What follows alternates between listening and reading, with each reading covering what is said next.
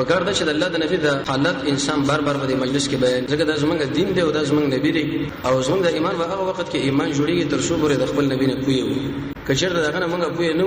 که څومره داوی مونږ د یو شته محبت وګنو مونږ بدروغجنو او زمونږ ایمان به تقوی په طرف باندې روانيږي نه د سلفو طریقه دا و چې په مجلسونو جوړول او د رسول الله حالات به کې تشریح کول صحابه او تابعین به خاص کر چې د الله نبی دنیا نه رخصت شو چې دا رقم انسان او د اخلاق او د اعمال عائشه رضی الله عنها دا خبره نقل له وی چې په کوم مجلس کې د محمد رسول الله او د عمر صاحب تذکره نه کیږي د مجلس کې به خیر نه نشه عمر صاحب د الله د نبی ملګری او د رسول الله تعلیمات غل ور نقل کړي شي دي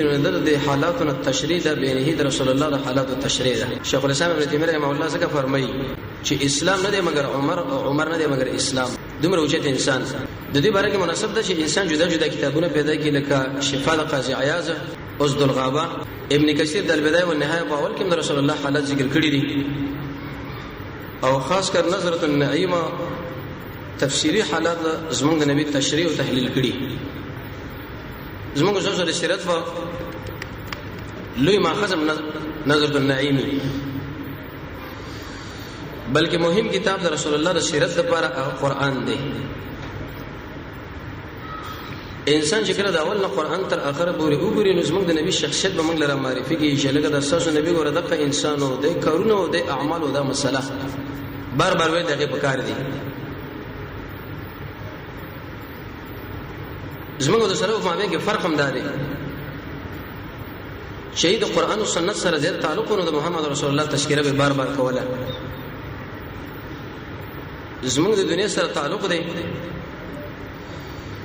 اخرت زمونږ نه دی یاد وته دی قرآن زمونږ نه دی یاد وته دی او د رسول الله شخصیت او د حالت زمونږ نه دی یاد وته دی چې دا څوک دی او کوم ژوند دې تر کړی دی دا ډېر کم انسانان چې نه تاسو کړی چې د خپل نبی باره کې چې استاد نبی کوم ژوند په مکه کې او کوم ژوند په مدینه کې او د نبوت نه مخکې کوم ژوند شاغله دا خبره یاد یو چې دا چې د سړي د رسول الله سره د محبت کم دی اسه داوی کړی دا او د الله د نبی د شریعت مقصد باندې زمونږ د رسول الله ژوند قبل النبوه و بعده د نبوت نظم مخکې زمونږ نبی څنګه و ورسته ال د حالات ورسته قرآن کې الله عزوجل فرمایي زمونږ د رسول الله بارکه چې دا ما رحمت ذکر کړي د پاره د مخلوق رحمتا للعالمین او وش په د اسباب او عالم ذکر کړي د الله د رحمت لیکن په دې ټولو کې یو اساسي سبب چې د هغه زمونږ استاد نبی او دغه دنیا لاره تک دا رحمت دی قضایا شفا کې دا خبره ذکر کړي یو ورځ جبرئیل نه رسول الله ته پوښتنه چې زما بارک رب العالمین فرمایلی دی چې دا محمد صلی الله علیه وسلم رحمت د ټول مخلوق د پاره زما د خوانه ته سره رحمت رسیدلې دی جبرئیل ورته ویلي وې مخکې زما سره دا یره و د اخر خاتمه خو لیکن چې کله ما تعالی وحی راوړه او په دې وحی کې د څه خبره وشو امین زما په صفت کې الله ذکر کې نو ما دا معلومه کړه چې د رسول الله رحمت مال راوړه چې زما خاتمه به الله خرابینا یقینا چې رسول الله رحمت دی د ټول مخلوق لپاره کله چې په مجلس کې د الله د نبی سیرت بیانېږي او یو سړی ورته نشي بیانې دا انسان د الله فضل بزام باندې وګڼي چې د زمونږ رب العالمین فضل دی چې د محمد رسول الله د تاریخ لا دا غد د ژوند لا قبل النبوه او بعده اغیله کینو ولو بیا ور باندې مونږه بوې کړو دا به الله فضل بزام باندې ګڼو او یقیني د رب العالمین فضل دی چې د رسول الله د سیرت سره زموږ سره به تر او به د خشانه دغه تشریح او دغه تحلیل او دغه حالت معلومول چې زموږ سره په دې ژوند کې انقلاب راولي جداواله نظر النعیم کې تقریبا صرف پس لس پیری ذکر شوی سیرت یو مهمه فائدہ پکې دا ده کوم سړی چې د رسول الله سیرت بیانې او غیله کینی وفيه إشارة إلى محبته مع النبي صلى الله عليه وسلم وی بدی کی اشاره ده دې خبره لا چې د دې شریک کامل محبت ده د محمد رسول الله صلی الله علیه وسلم. سیدنا و امامنا عمر بن الخطاب هغه فرمایي وېته چې کله یو څوک معلومای چې د جې سره محبت نو داغه د شب باندې به بار بار داغه تذکره کیږي اوړي راوړي و نو د رسول الله سره چې کله مونږ بیانو به دې مونږ کینو په دین باندې انشاء الله به مونږ له عمل نصیب کې او مونږ محبت د رسول الله سره راشي په دې باندې شکر ایستل بکار دی چې الحمدلله مونږ محبت د محمد رسول الله سره شته هغه زموږ نبی او زموږ امام دی.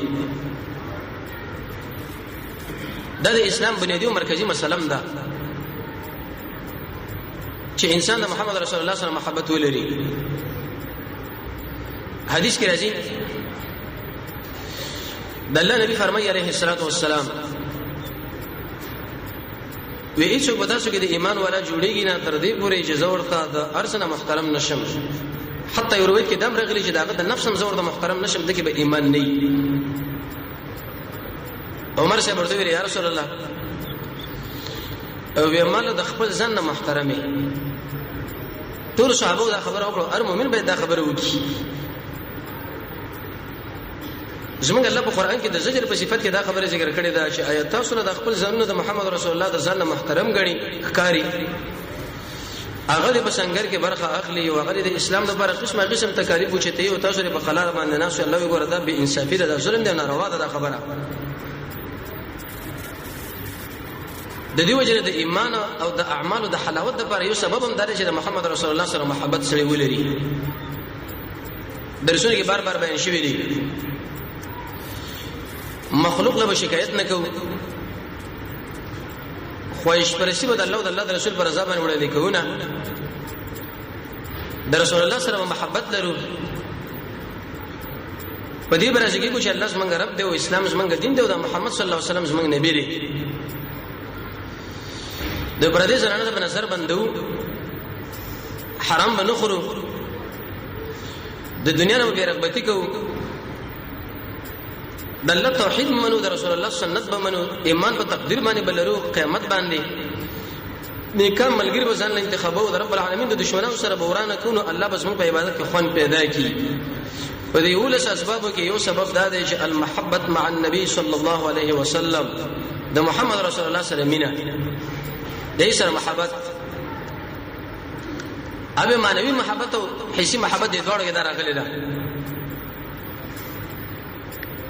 انسان چې کله په دې حدیث باندې نظر ورواچوي چې رسول الله فرمایي پتا شو کې هیڅ څوک د ایمان والا جوړیږي نه تر څو پورې چې داغه د نفس نه او داغه د مال نه او د پلار د ارث نه ورته محترم نشم نو به موږ وګورو چې زموږ محبت رسول الله سره څومره دی او زموږ د بیبيانو سره څومره دی او د پلرونو سره څومره دی او د مورګانو سره د ملګرو سره او د دنیا سره به د سړي د ایمان معلومات کیږي. د الله نبی فرمایي پتا شو کې ګوره بالکل به ایمان شته نه. دلیل په دې باندې چې اورنۍ فائدہ د سیرت هغه د رسول الله محبت. دیمه فائدہ کله چې انسان د رسول الله سیرت لکینی نو دا په قران کریم باندې پوي ځکه د قران اول نه اخر پورې زمونږ د نبی ټول تاریخ دی دا درجه تاریخ چې بده کې چرته دروغ نشته او د تاریخ د رحمت نه ډک دی نور تاریخونه کې رښتیا او دروغ ټول شته لیکن د قران په تاریخ کې شرط هم دروغ نشته دا ټول رښتیا دي. دا خبره یاد ساتئ کم سړی چې قران نه ګوري دای په تفسیر باندې ځان نه پوي نو هغه همیش د اسلام سره په ټکر راځي لکه معتزله شو د قشن دی متعلق ملګری او کله چې انسان قران لکینی د رسول الله سنت لکینی دا به شرط هم ټکر د اسلام سره ونه وي لبیک به ورته وي او هغه عمل کې راولي. یو فدا اهل المدام ذکر کړی چې په دې کې سړی د افراط او تفرید نه بچ کیږي. څه مطلب کله چې انسان سیرت د رسول الله وګوري نو دلته د اسلام دشمن معرفي شو د اسلام بچي به د اسلام د بچي سره د وروري اعلان وکي او د رب العالمین د دشمن سره د دشمنی اعلان وکي هغه سره به دوستانه کوي او د اسلام د بچي سره به دشمنی به نه کوي. افراط او تفرید نه سړی به بچ کیږي. الوسطیه دیو جن شیخ الاسلام ابن تیمیه رحمه الله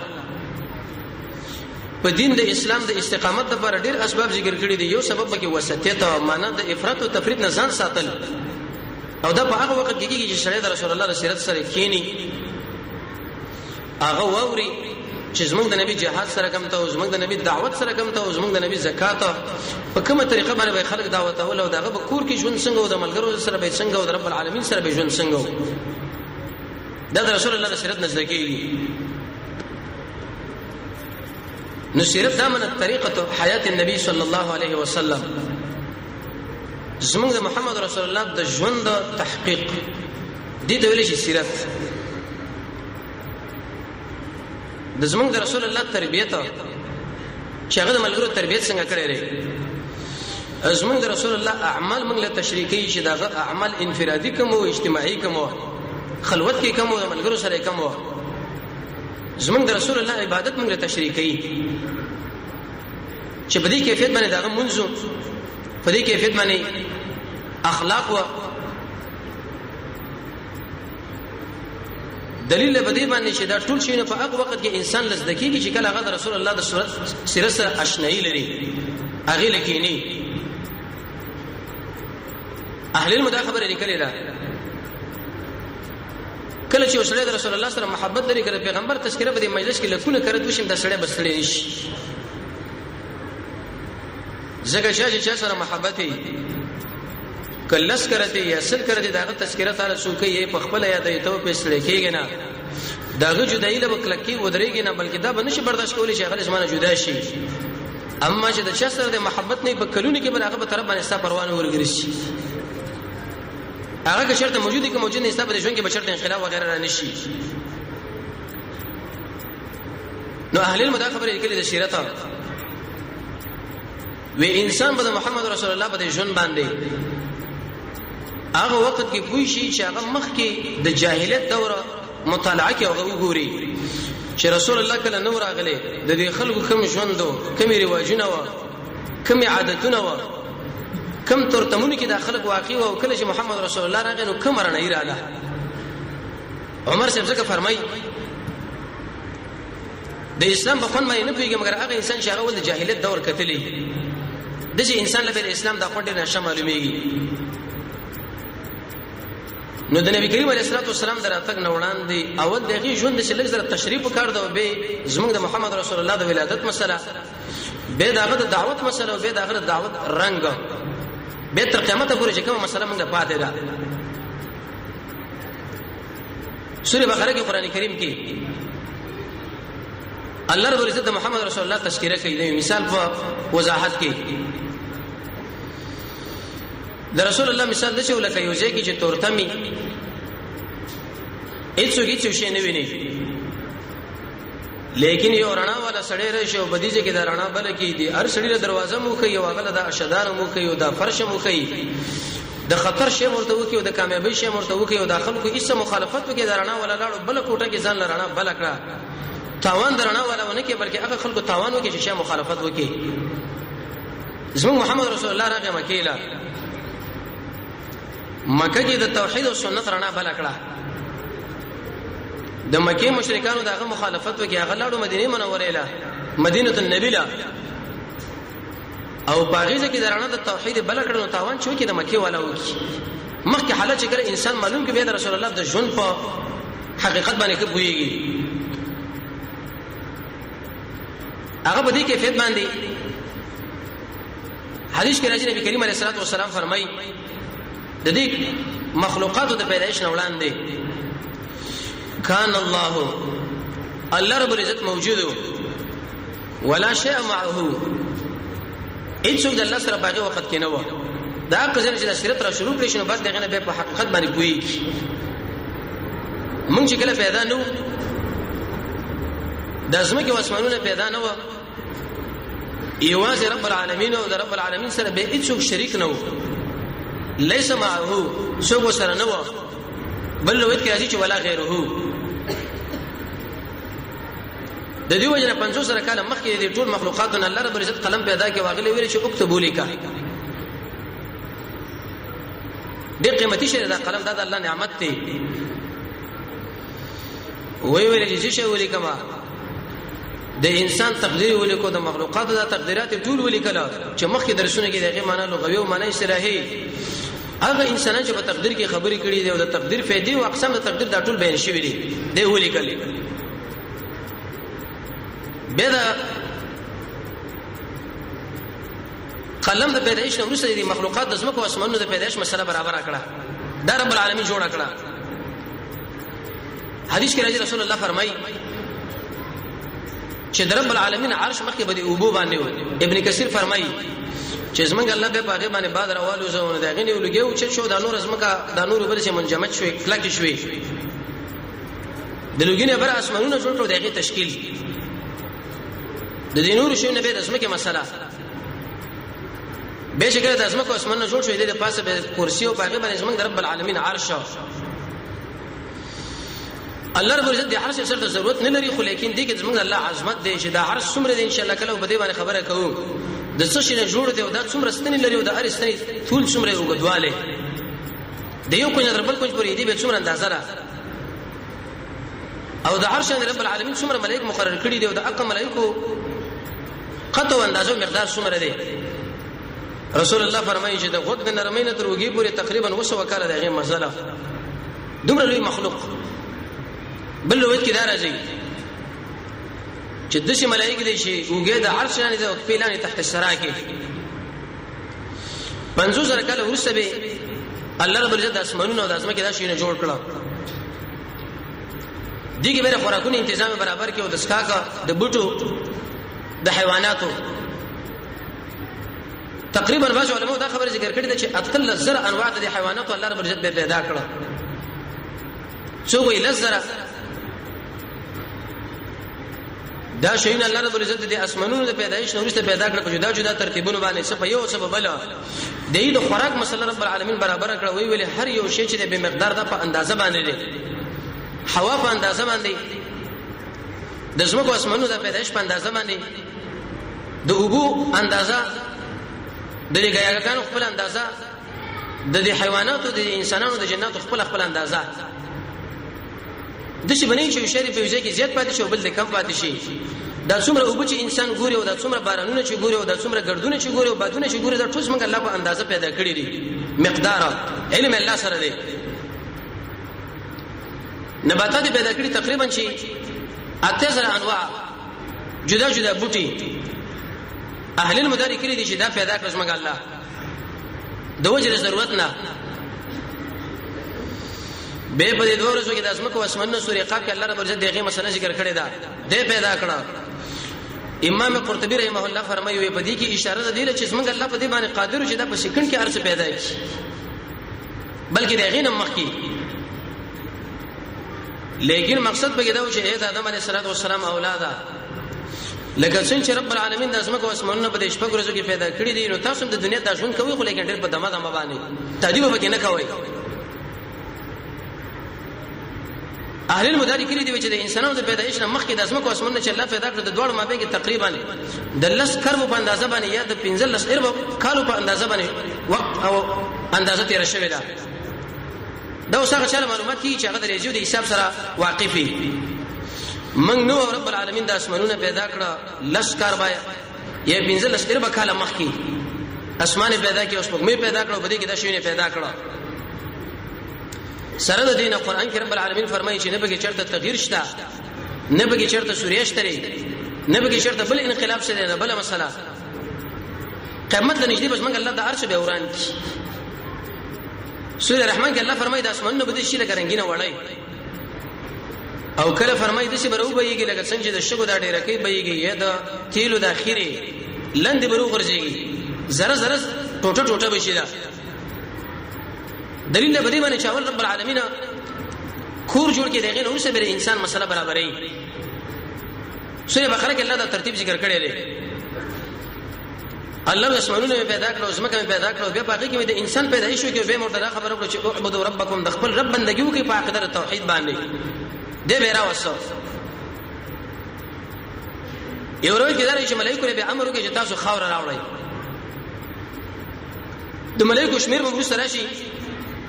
اصل کې درجه موسی علیه السلام د رب العالمین نه پوښتنه وکړه چې یا ربي من معك في السماء زما رب سره بر اسمانونو کې څوک دي وی ویلې چې ملائکه دي زما ملائکه وی رب دې بشمیر څومره وی دولس قومه وی د یو قوم شمیر به څومره وی په دې اسمه کې چې دا څومره شي کې د خاورې دي دا ذرات چې حساب کې د یو قوم شمیر دومره دی نو دا ولس قوم چې جمع شي دا به څومره د یو جبريل شپږ سو وزر دی د شي وزر چې چرته یو وزر کولو کې رسول الله فرمایي مشرق او مغرب دا ټول لاندې کوي خاورې راوړل به باغی رب العالمین وبو اشولې او حدیث کې راځي چې رب العالمین په خپل لاسونو باندې دا واغله خلقت بيدي دا په خپل لاس باندې به پیدا کې اکرام له د انسان د اکرام د پاره د رسول الله په سیرت کې د آدم علیه السلام په پیدایش کې به د عقیدې مسله بیانېږي هغه دا چې د قران او سنت نه څومره صفات د رب العالمین موږ او تاسو زده کړې دي موږ په ایمان موږ به منو بغیر تعویل او تشبیه او تحریف نه به تعویل کو نه به تشبیه کو چې لکه ید مراد قدرت دی او پلانې په خپل لاسونه باندې پیدا کړي دین ورسره به آدم علیه السلام کلبوتی برابر کړي کله څنګه الله فرمایي د خاور نه پیدا کړي کله وي د خټ نه پیدا کړي کله وي د دې کودونی نه بدبوغونه به پیدا شو جنت کې به آدم علیه السلام د کلبوت پروت لیکن روح بګې نه و ای خدای شوی زمونږ رب العالمین د سنو د کو د خلی د سره د سرغو د غاخونو د شبي دنه په بدن کې چې دا کم ترتیب دی دا ټول الله رب العزت په خپل برابر کړي د دې وجه قرآن کې رب العالمین فرمایي چې حل اتا راغلی و په دې انسان باندې د شی وخت چې هیڅ هم دانه معنا ده چې په ژوندلم نه چې د انسان څوک دی او څوک نه دی او شکل پیدا شي چې زموږ رب العالمین مقابله شروع شي کله الله نه انکار وکړي لکه عام دهریو چې انکار وکړي چې الله شته نه کله برخداران رب العالمین سره شریکان جوړ کړي چې الله دې سره دا برخه ور کړی دی بل دا برخه ور کړی دی بل دا کله شیطان رب العالمین سره شریک جوړ کړي چې الله د خیر مالک دی د شر کله ملائکه د الله لوري وګڼي کله جنات یو حدیث کې دوه خبرې راغلي دي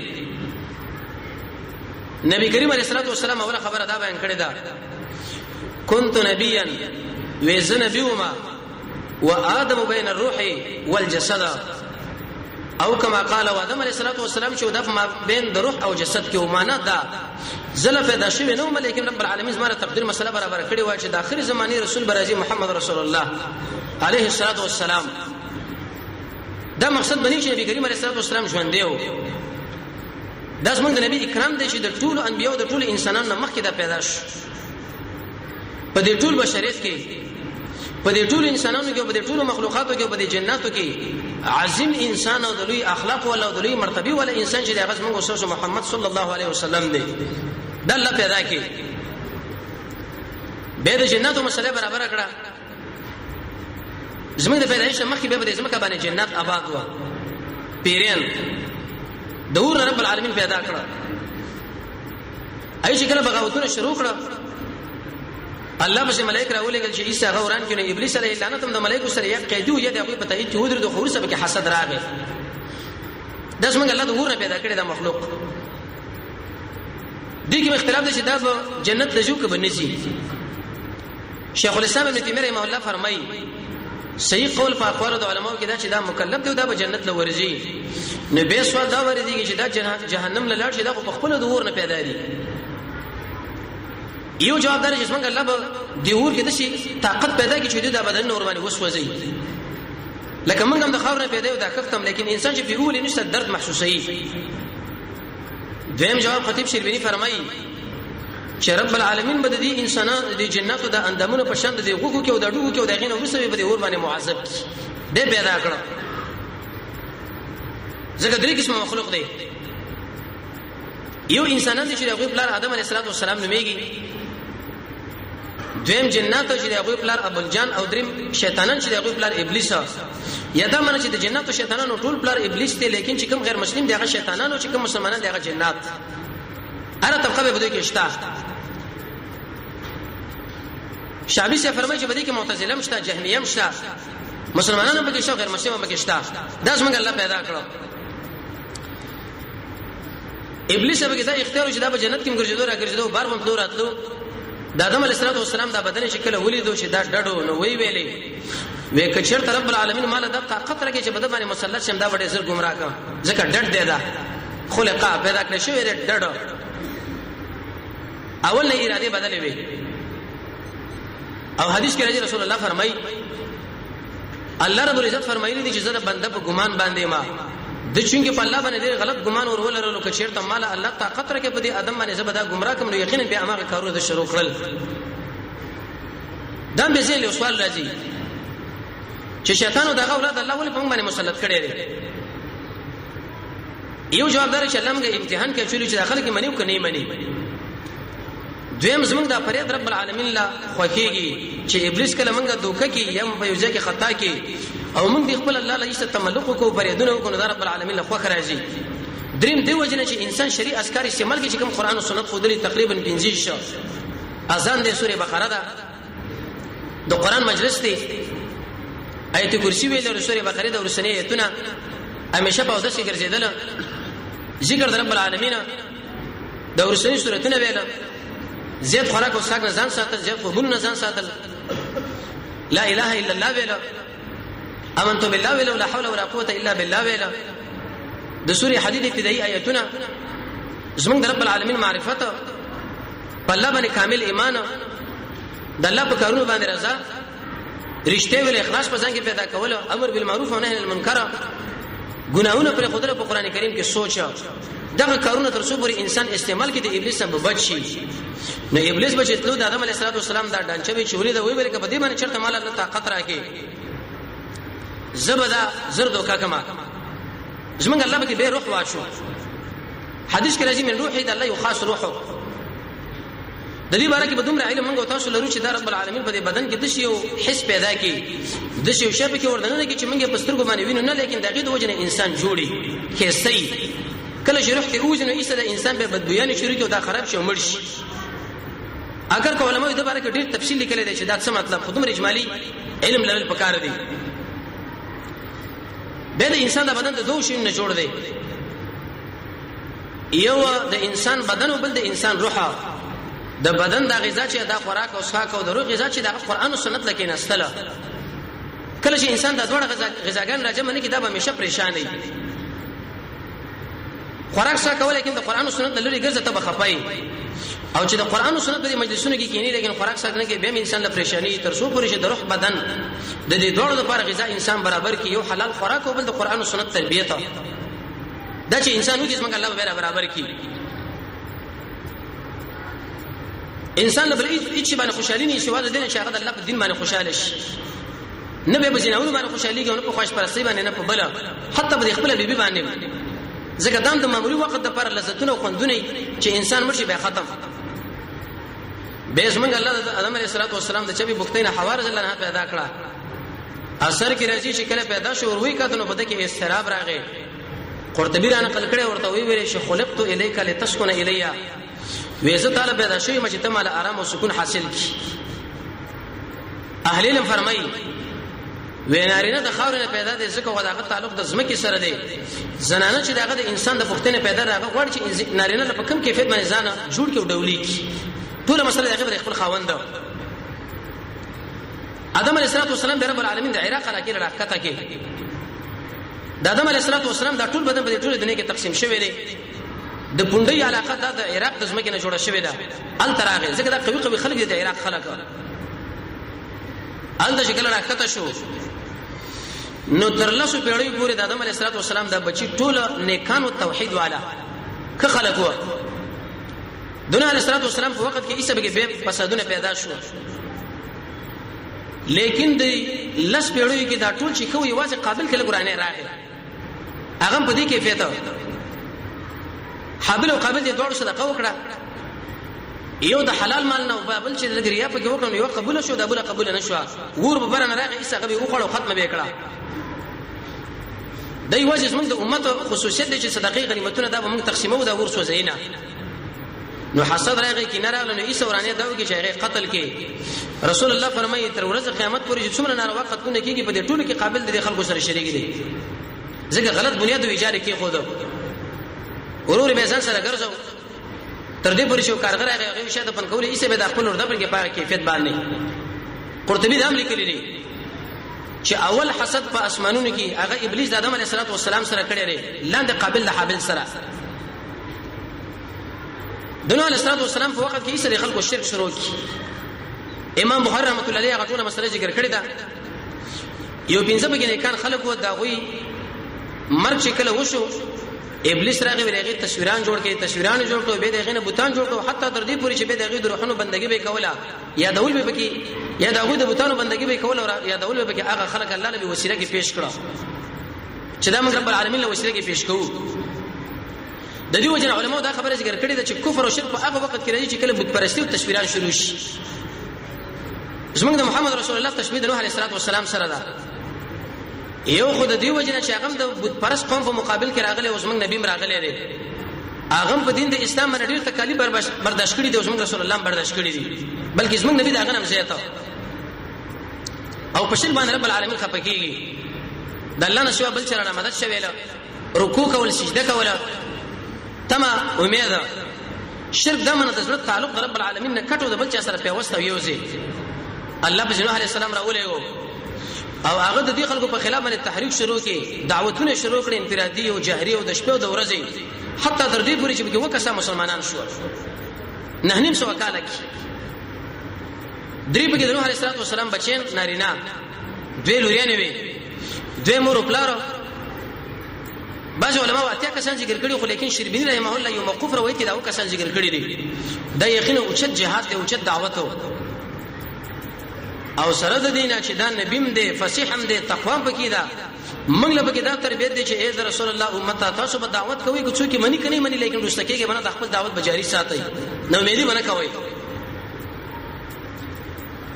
زمونږ الله به دې قوم باندې عذاب راوځي ځکه هغه ورته کیرا وکړه درجه په دې مشکور باندې عذاب راغی ایسره عاشوری په لسم باندې الله رب العزت دوی نجات ورکړي او خلک برباد شو د نوح علیه السلام بچ کېدل د موسی علیه السلام بچ کېدل حدیث کې راځي بخاری کې